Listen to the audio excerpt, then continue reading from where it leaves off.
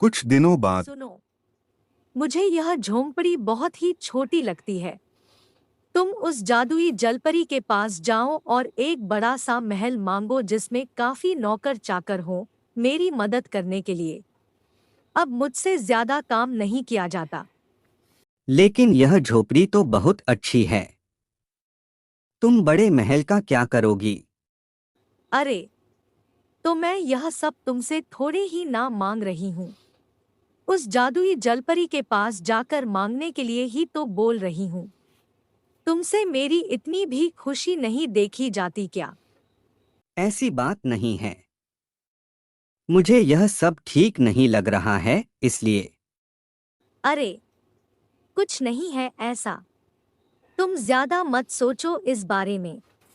तुम केवल जादुई जलपरी के पास जाओ। ठीक है, जाता हूँ। हीरा समुंदर के किनारे पहुंचकर जोर जोर से चिल्लाने लगता है। जादुई जलपरी, जहाँ कहीं भी हो सामने आओ। मैंने तुम्हारी जान बचाई थी।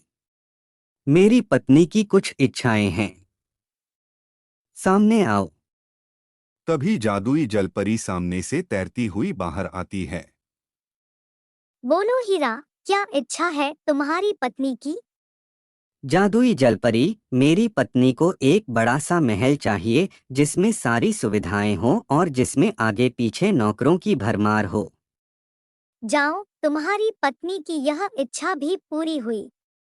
हीरा अपने घर वापस लौटने लगता है। घर पहुंचकर वह देखता है कि उसकी पत्नी एक आलीशान महल में बैठी हुई थी। उसके चारों तरफ नौकर ही नौकर है जो उसकी सेवा में लगे हुए हैं। देखो यह महल कितना बड़ा है और इसमें नौकरों की भी भरमार है और बहुत सारे कमरे भी हैं। इस महल में तो जरूरत की हर एक चीज मौजूद है। ऐसा लग रहा है कि मैं कोई सपना देख रही हूँ। वाकई में वह जलपरी काफी शक्तिशाली है। हाँ, सच में यह महल काफी बड़ा और शानदार है। इस महल में अब तुम्हें कोई परेशानी नहीं होगी। तुम्हारी यह इच्छा भी पूरी हुई। अब हम खुशी से रहेंगे। कुछ दिनों बाद सुनो, इस महल में हमारा रहना तो बेकार है। महल में तो राजा रहते हैं और इस गांव के तो सभी लोग उस राजा की ही बात मानते हैं। तुम दोबारा से उस जादुई मछली के पास जाओ और उसे कहो कि वह मुझे राजा बना दे। मैं इस गांव में सबसे शक्तिशाली बनकर रहना चाहती हूँ। अरे भाग्यवान, तुम यह सही नहीं कर रही हो। यह सरासर गलत है। वह मछली नहीं, जलपरी है। अब मैं दोबारा उस जादुई जलपरी के पास नहीं जा सकता।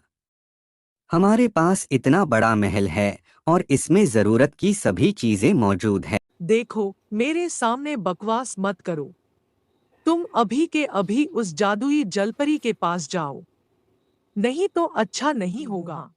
हीरा अपनी पत्नी की बातों को सुनकर उदास मन से जादुई जलपरी के पास जाता है। जादुई जलपरी, मैंने तुम्हारे प्राण बचाए हैं, इसलिए बाहर आ। मेरी पत्नी की कुछ इच्छाएं हैं। तभी अचानक से सुनहरी मछली सामने आती है।